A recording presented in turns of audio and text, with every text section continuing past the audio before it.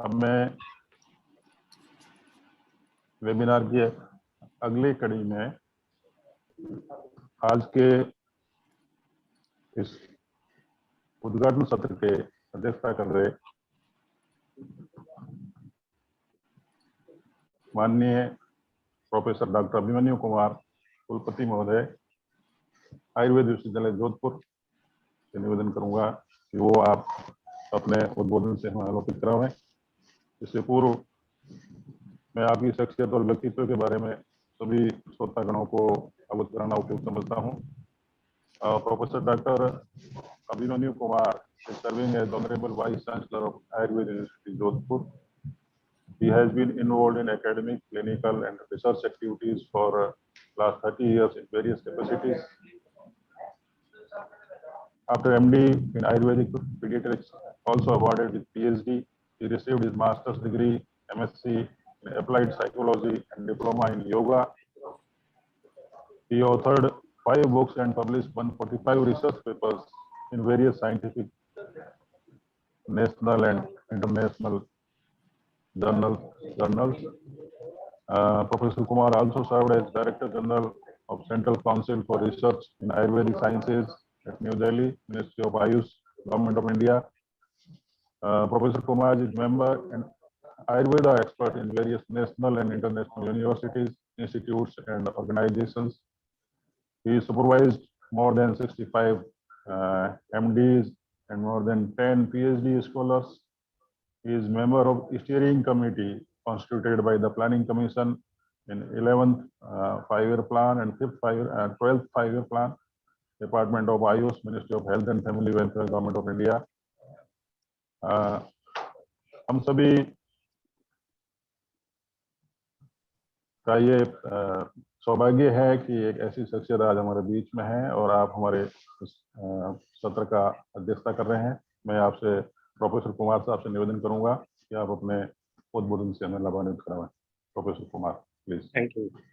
नमस्कार आप सभी को।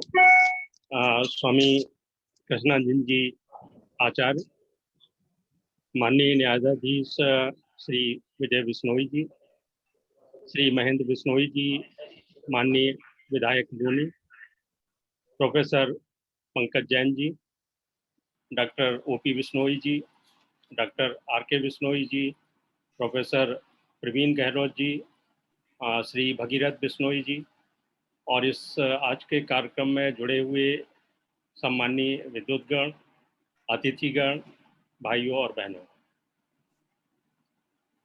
आज के इस कार्यक्रम का और जो ये 2 दिवसीय वेबिनार है उसके विषय चयन के लिए और आज का जो ये उद्घाटन सत्र है इसके सफलतापूर्वक संचालन के लिए मैं आयोजकों को बधाई देना चाहता हूँ। मैं अपनी बात शुरू करना चाहूँगा परम पूज्य स्वामी कृष्णानंद जी से। उन्होंने बड़ी अच्छी बात कही और वो ये बात थी पंचमहाभूतों की। तो इस संबंध में मैं पुराणों से एक सूत्र आप लोगों के साथ शेयर करना चाहूँगा। वो है यत् पिंडे तत् ब्रह्मांडे। यहाँ पिंड का मतलब है ये शरीर, कि जो इस शरीर में है वही इस ब्रह्मांड में है, और वाइस वर्सा है कि जो ब्रह्मांड में है वही हमारी बॉडी या हम उसको रिप्रेजेंट करते हैं। और इन दोनों के बीच जो सेतु का काम करता है वो ये हमारे 5 जो महाभूत हैं, 5 बेसिक एलिमेंट्स हैं, ये एक ब्रिज का काम करते हैं। और सच बात तो ये है कि अगर हम इस ब्रह्मांड में अगर कहीं पे जीवन की कल्पना अगर करना चाहें तो वहाँ पे इन 5 तत्वों की उपस्थिति अनिवार्य है। अब देखिए कैसे, क्योंकि हम ये मान के चलते हैं कि जो हमारा शरीर है वो जीवित है और उस जीवित शरीर की जो मूलभूत इकाई है वो हमारी सेल होती है। तो पहले तो हम लोग ये देखेंगे कि ये 5 जो सूक्ष्म तत्व हैं ये कैसे हमारे एक एक सेल लेवल पे कैसे इम्पैक्ट डालते हैं, कैसे फंक्शंस को रेगुलेट करते हैं। जैसा कि हम लोगों को मालूम है कि पहला तत्व आकाश है। आकाश का इसका जो सबसे इम्पोर्टेंट कैरेक्टर होता है स्पेस। और हम देखें हमारी सेल में, तो सेल हमारी कोई एक सॉलिड स्ट्रक्चर नहीं होती है, बहुत सारा स्पेस होता है। इवन सेल के को कवर करने वाली जो मेम्ब्रेन होती है, वो भी एक वाटर टाइट कंपार्टमेंट नहीं बनाती है, उसमें भी क्योंकि वो सेमी परमेबल हम लोग उसको बोलते हैं, क्योंकि उसमें से आने जाने का रास्ता होता है और वो बगैर स्पेस के नहीं हो सकता। अब किसी भी डिजीज की, किसी भी पैथोलॉजी की बात करें, तो उसमें या तो जो निर्धारित स्पेस है, या तो वो कम होगा या ज़्यादा होगा। जो लोग किसी भी पैथोलॉजी की प्रोसेस से परिचित हैं, वो इस बात से सहमत होंगे। दूसरा जो तत्व आता है, वो होता है वायु। वायु का जो मुख्य गुण है या कर्म है, वो है मूवमेंट का। तो हम देखेंगे कि जो हमारी सेल है, उस सेल में हर पल, हर क्षण मूवमेंट्स होते हैं। चाहे वो गैसियस एक्सचेंज से रिलेटेड हो, चाहे वो न्यूट्रिएंट्स से रिलेटेड हो, या दूसरी जो एक्टिविटीज़ हैं, उन सब के लिए वहाँ पे मूवमेंट्स होते ही रहते हैं, रुकते नहीं हैं। रुकने का मतलब मृत्यु होती है। तीसरा अग्नि। अग्नि का मुख्य कार्य होता है ट्रांसफॉर्मेशन। तो हम सभी को मालूम है कि सेल मेटाबॉलिज्म की बात हम लोग करते हैं। तो मेटाबॉलिक प्रोसेस जहाँ पे भी होती है, वहाँ पे अग्नि की उपस्थिति होती है, ये स्वयं सिद्ध है। तो अगर हम हमारी सेल में मेटाबॉलिक प्रोसेस नहीं होती है, तो जो उसके रिक्वायर्ड जो न्यूट्रिएंट्स हैं या एनर्जी फॉर्मेशन जो माइटोकॉन्ड्रिया के लेवल पे होता है, वो संभव नहीं हो सकता है। तो इसलिए ये एलिमेंट या ये तत्व बहुत आवश्यक होता है। चौथा, जल की बात करते हैं, तो जल का मुख्य जो गुण बताया गया है, वो है कोहेजन का, संश्लेषण का, आपस में जोड़ कर रखने का। तो हम देखेंगे कि हमारी सेल के अंदर जल होता है। पहले तो देखें हमारे पूरे शरीर में ही लगभग, अगर एडल्ट की बात करें तो 65% से ज़्यादा पानी होता है। एक बच्चे की बात करें तो 80% के आसपास जो है वो उसका शरीर का भार पानी से ही होता है। तो सेल के लेवल पे भी आ, सेल के अंदर जल होता है, जिसको हम इंट्रासेलुलर वाटर या फ्लूइड बोलते हैं, और सेल के बाहर भी फ्लूइड होता है, जिसको एक्स्ट्रा सेलुलर फ्लूइड बोलते हैं। और हमें मालूम है कि अगर इसमें कमी आती है तो उसी को हम डिहाइड्रेशन बोलते हैं। बाहर का लॉस होगा तो वो डिहाइड्रेशन कम सीवियर होता है, लेकिन अगर सेल के अंदर के वाटर का लॉस होता है तो वो बहुत घातक होता है। तो बगैर हम सेल में उस लेवल पे अगर हम जल की कल्पना ना करें, उसकी उपस्थिति की कल्पना न करें, तो जीवन संभव नहीं हो सकता है। उसके बाद पृथ्वी तत्व की बात आती है, और पृथ्वी तत्व का मुख्य गुण होता है मास, भार। और जब हम भार की बात कर रहे हैं, तो फिजिकली किसी भी चीज का होना आवश्यक है, अन्यथा भार तो हो ही नहीं सकता। तो एक जो फिजिकल स्ट्रक्चर बनता है, उस फिजिकल स्ट्रक्चर के लिए ये हमारा पृथ्वी तत्व जो है वो महत्वपूर्ण होता है। अब हम देखते हैं कि कैसे, क्योंकि अब इन्हीं एक एक सेल से हमारा पूरी बॉडी बनी हुई है। तो अगर हम इसको थोड़ा एक्सपेंड करें फंक्शंस को, तो हमारे बॉडी के हर ऑर्गन के, जो हमारा ऑर्गन सिस्टम है, उसके फंक्शंस को बड़े अच्छे से एक्सप्लेन कर सकते हैं। क्योंकि किसी सिस्टम में या किसी जो है वो पर्टिकुलर नर्वस सिस्टम में बात करें, तो वहाँ पे आकाश और वात की डोमिनेंसी होती है। तो अलग अलग लेवल पे अलग अलग इन तत्वों की डोमिनेंसी होती है, लेकिन इसेंशियलिटी सब तत्वों की आवश्यक है, बहुत ज़रूरी होती है, अन्यथा हम जीवन की कल्पना नहीं कर सकते। तो अभी हम जब बात कर रहे थे, पर्यावरण की बात कर रहे थे, तो जो हम ब्रह्मांड की बात कर रहे हैं, तो ये एक एनवायरनमेंट है। तो हमारा इंटरनल एनवायरनमेंट हो गया, जो कि रेगुलेट होता है ये 5 सूक्ष्म तत्वों से, और जो हमारा एक्सटर्नल एनवायरनमेंट है, वो भी इन्हीं 5 तत्वों से रेगुलेट होता है। क्योंकि हमारा प्रिंसिपल जो सिद्धांत है, वो इसी बात को पुष्ट करता है कि यत् पिंडे तद् ब्रह्मांडे।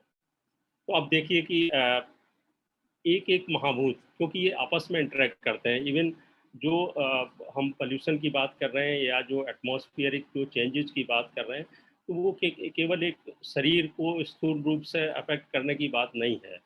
वो बात है हमारे एक एक सेलुलर लेवल पे एक-एक सेल को वो अफेक्ट करता है। हालाँकि हम उसको महसूस नहीं कर पाते हैं, और वो जब महसूस करते हैं तो काफ़ी देर हो चुकी होती है। उस समय तक हम बहुत सारी जो डिजीज़ेज़ हैं उनसे अफेक्टेड हो चुके होते हैं। तो हम देखें कि कैसे एक एक जनरल व्यू में अगर हम देखें, तो जो हमारा आकाश है, अगर वहाँ पे प्रदूषण जैसी स्थिति है, तो एक कॉमन सा एग्ज़ाम्पल हम मान के चल सकते हैं कि ओज़ोन लेयर। आप सभी को मालूम है कि ओज़ोन लेयर में छेद होने से या वहाँ से जो रेडिएशंस हैं इसकी वजह से, वो किस हद तक हमें अफ़ेक्ट कर रहे हैं, हमारे स्वास्थ्य को प्रभावित कर रहे हैं। दूसरा वायु का है, वायु प्रदूषण। अ, मालूम है कि जो हमारे जो शहर हैं, दिल्ली की बात की है, हमारे इवन जोधपुर की भी बात है, ये सब किसी न किसी वजह से प्रदूषित शहरों में आ रहे हैं, प्रदूषण बढ़ रहा है। और देखें, आज के जो प्रसंग में जो हम कोरोना की बात कर रहे हैं, कोविड इन्फेक्शन की बात कर रहे हैं, तो ये भी माना जाता है कि एयरबोर्न ड्रॉपलेट इन्फेक्शन है, कि हम जब खांसते हैं, छींकते हैं, तो इसका जो ट्रांसमिशन है, जो हम सांस ले रहे हैं, उस सांस के द्वारा उन कणों से वो वायरस हमारे शरीर के अंदर प्रविष्ट हो जाता है। तीसरा अग्नि तत्व का है, तो अग्नि तत्व की जब हम बाह्य वातावरण में देखेंगे, तो जो पूरे विश्व का जो बहुत बड़ा एक इशू है ग्लोबल वार्मिंग का, वो, क्योंकि ये 5 तत्व अगर बैलेंस्ड हैं, चाहे वो प्रकृति में हो, चाहे वो हमारे शरीर में हैं, तो हम स्वस्थ रहेंगे। किसी भी लेवल पे अगर कोई भी असंतुलन की स्थिति आती है, तो निश्चित जानिए कि हमें अस्वस्थ होना ही होना है, और जैसे ही हम बैलेंस करने का प्रयास करेंगे, हम स्वास्थ्य की ओर बढ़ेंगे। जल प्रदूषण अ, सब जगह है। इसीलिए देखिए हमारे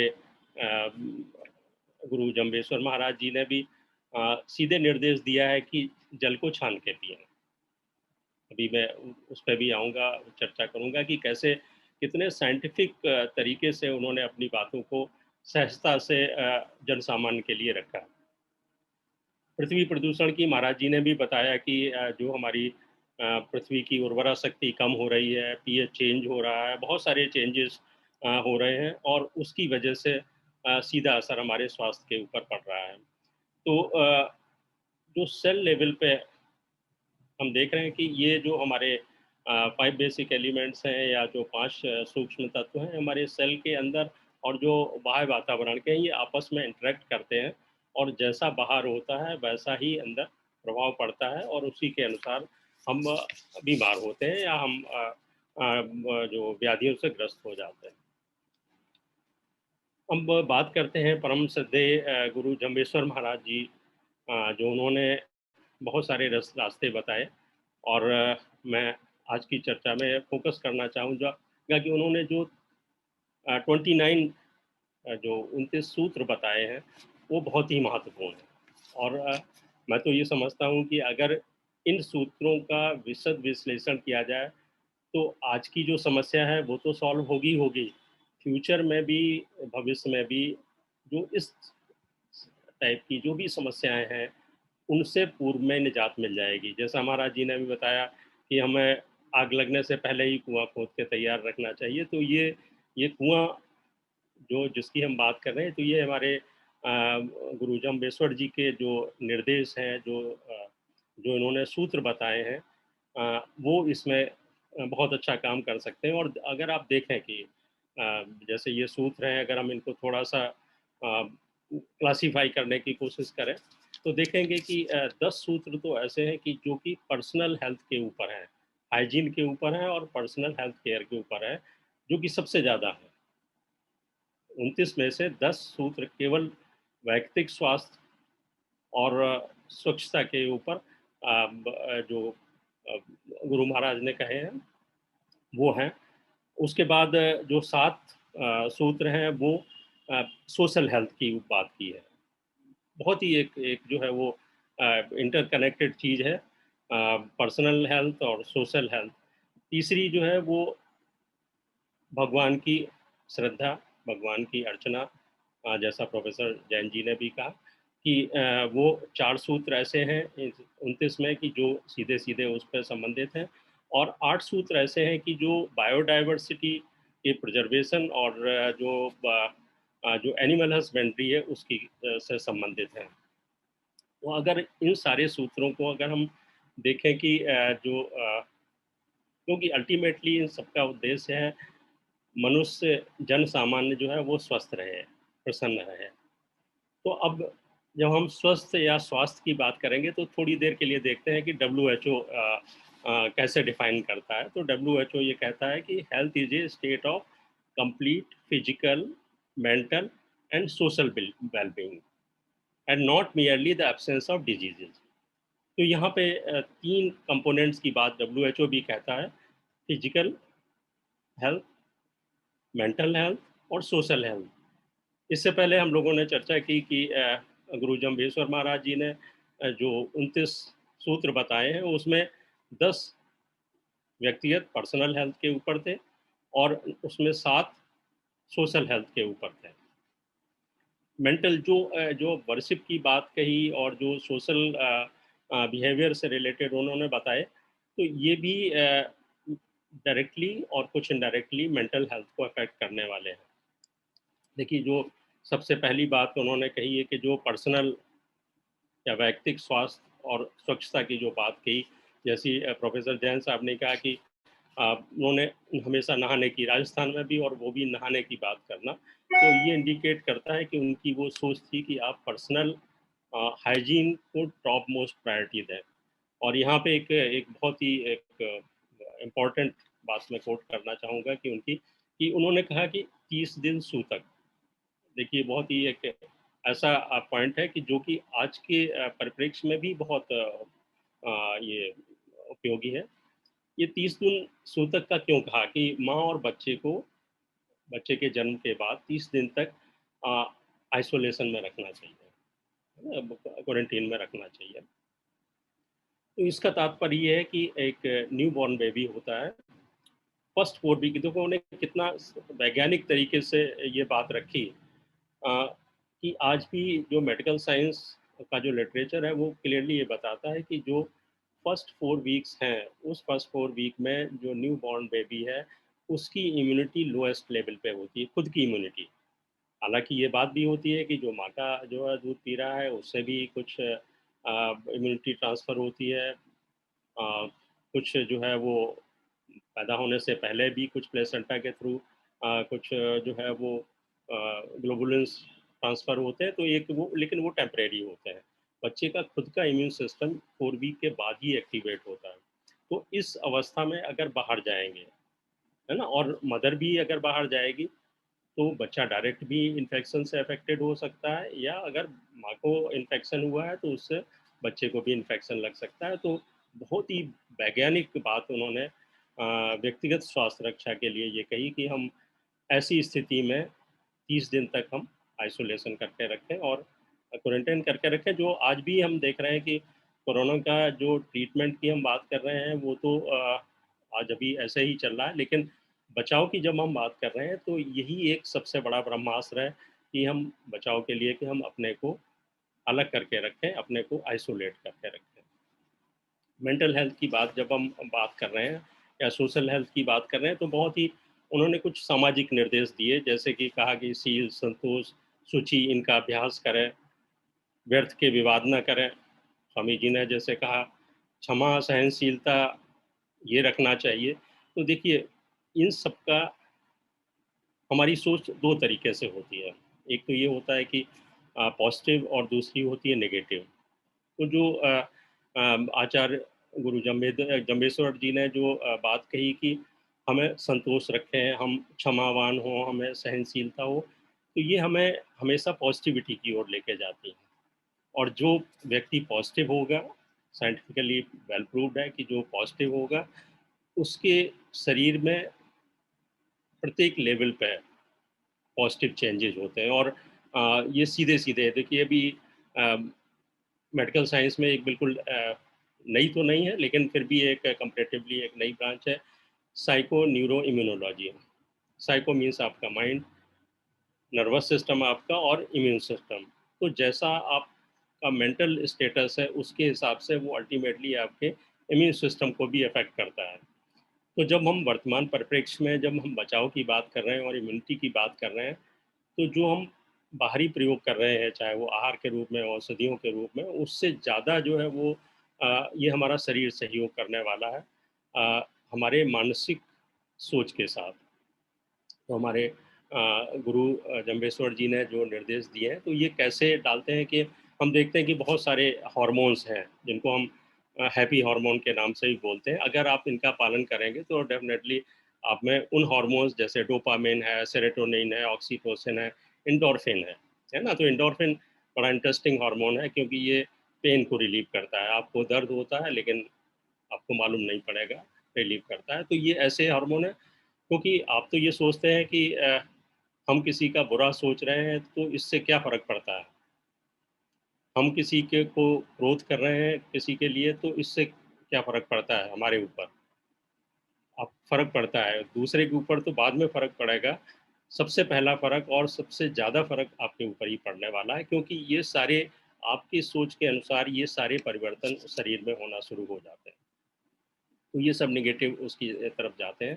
तो जब एक नेगेटिव सोच होती है, मान लीजिए कि आप इनका सबका पालन नहीं कर रहे हैं, तो आपकी जो सोच है वो नेगेटिव सोच हो जाएगी। और फिर जो हम क्षमा की बात कर रहे हैं, सहनशीलता की बात कर रहे हैं, वो नहीं होगा, तो फिर हम क्रोध की तरफ जाएँगे, असहनशीलता जैसी स्थिति आएगी, विवाद में पड़ेंगे। तो ये सब जो है हमारे जो जो मानसिक स्थिति है उसको प्रभावित करेगा और नेगेटिव साइड में करेगा। तो उसमें फिर डिफरेंट हार्मोन सिक्रीट होते हैं या केमिकल सिक्रीट होते हैं, एड्रेनलिन की बात कर लें, नॉरएपिनेफ्रिन की बात कर लें, है ना? तो इस टाइप के तो ये जो अब इनको अगर हम देखें कि इफ़ेक्ट कैसे डालते हैं, तो देखिए अब एड्रेनलिन हो या नॉरएपिनेफ्रिन हो, तो ये क्या करते हैं कि ये हमारे हार्ट बीट को बढ़ा देते हैं। तुरंत हमारा हार्ट जो है पल्पिटेट करने लगेगा, ब्लड प्रेशर बढ़ जाएगा। लंबे समय तक अगर हमारी नेगेटिव ऐसी सोच रहेगी, तो ये लंबे समय तक यही स्थिति रहेगी और फिर हमें परमानेंटली हाइपरटेंशन की स्थिति हो जाएगी। ये चीज़ हमारे डायबिटीज़ को भी प्रोवोक करती है। ये डायबिटीज़ होने में बहुत सारे फैक्टर्स के साथ जो हमारा मेंटल स्टेटस है और जो नेगेटिव मेंटल स्टेटस है, वो सीधा अफ़ेक्ट करता है और डायबिटीज़ प्रेसिपिटेट करती है। तो उससे हमें बचाती है, हमारी इम्यून सिस्टम को नेगेटिव साइड में जाने से बचाती है और हमारा इम्यून सिस्टम इससे जो है वो वीक हो जाता है अगर हम नेगेटिव सोच के साथ जाते हैं। तो ये जो हमारे गुरु जम्बेश्वर महाराज जी ने जो निर्देश दिए हैं, तो देखें कि कितने वैज्ञानिक हैं। आप किसी भी लेवल पे जाके इनका अगर आप विश्लेषण करेंगे, तो पाएँगे कि मैं समझता हूँ कि जो हमारा जो शोध पीठ है हमारी, अगर इन सारे बिंदुओं पर वैज्ञानिक विश्लेषण करेगी, वैज्ञानिक अध्ययन करेगी, तो मैं समझता हूँ कि जो व्यक्ति की किसी भी लेवल की समस्या है, स्वास्थ्य के अलावा भी, क्योंकि हम तुरंत उसके बाद जो बायोडायवर्सिटी के कंजर्वेशन की बात कर रहे हैं, उनके उसको प्रिजर्व करने की बात कर रहे हैं। पेड़ ना काटें, हरे पेड़ ना काटें, है ना? देखिए बड़ी अच्छी-सी बात जो है वो अ, गुरु महाराज ने कही कि हम जो हमारा इकोसिस्टम है ना? प्रोफ़ेसर जैन साहब ने भी बात कही कि शाकाहारी बनें, है ना? तो शाकाहारी हम अगर पेड़-पौधे ये सब अगर काटेंगे, नष्ट करेंगे, तो हम शाकाहारी होने की बात की कल्पना भी नहीं कर सकते हैं। तो ये बातें जो गुरु महाराज की हैं, इंटरलिंक्ड हैं। और ये हमारे इकोसिस्टम को बैलेंस करने के लिए बहुत ज़रूरी भी है। और आज हम अगर ये बात कर रहे हैं कि आज इस कोरोना के पीरियड में अगर कहीं पे हम बाह्य प्रयोग से इम्यूनिटी बढ़ाने की अगर बात कर पाए हैं, तो हमारे इन्हीं मेडिसिनल प्लांट्स की वजह से कर पाए हैं। इस अवसर पर मैं ज़रूर शेयर करना चाहूँगा कि जैसे चर्चा में आया एक प्लांट का नाम गुडुचि का नाम, क्योंकि बहुत ये पॉपुलर अब प्लांट हो गया है। लेकिन ये आपको जान के एक अच्छा भी लगेगा कि गुडुचि का कोरोना के पेशेंट्स में सबसे पहला प्रयोग पूरे हिंदुस्तान में जो आयुर्वेद विश्वविद्यालय है उसके द्वारा ही किया गया, और उसका जो प्रकाशित शोध पत्र था उसको WHO ने अपनी सूची में सूचीबद्ध किया हुआ है। तो ये हम सभी के लिए एक निश्चित रूप से एक गर्व की बात भी है।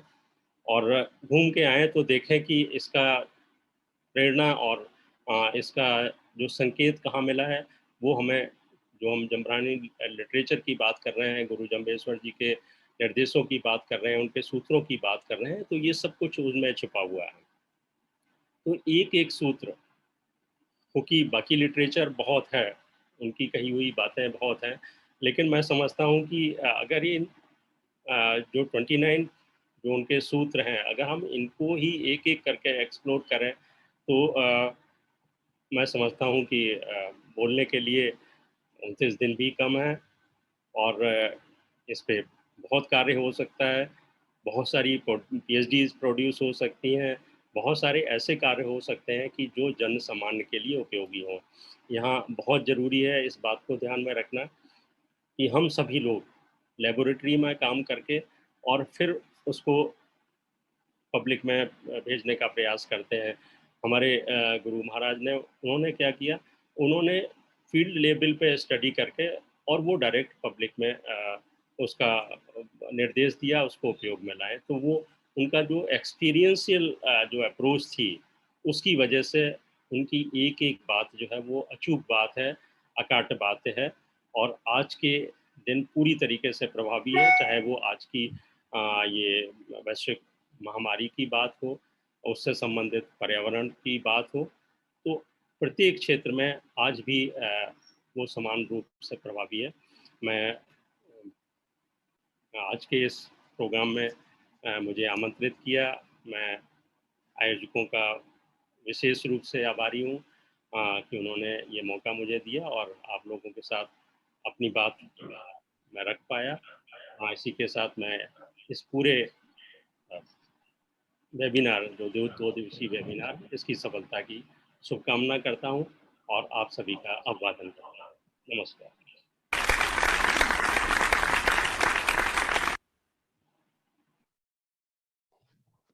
बहुत धन्यवाद कुलपति महोदय।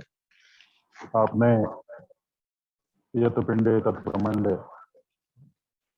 की अवधारणा में पृथ्वी, आकाश, वायु, अग्नि, जल, इन 5 तत्वों से किस तरह से हमारा बाह्य और आंतरिक जो एनवायरनमेंट है वो रेगुलेट हो रहा है, नियंत्रित हो रहा है, उसमें आपने अपने वैदिक ज्ञान, आयुर्विज्ञान के ज्ञान, आध्यात्मिक चिंतन के साथ साथ आज की मॉडर्न साइंस के बिग बैंग थ्योरी को जोड़ के और एक अपनी बहुत ही महत्वपूर्ण और ज्ञानवर्धक सारगर बात रखी।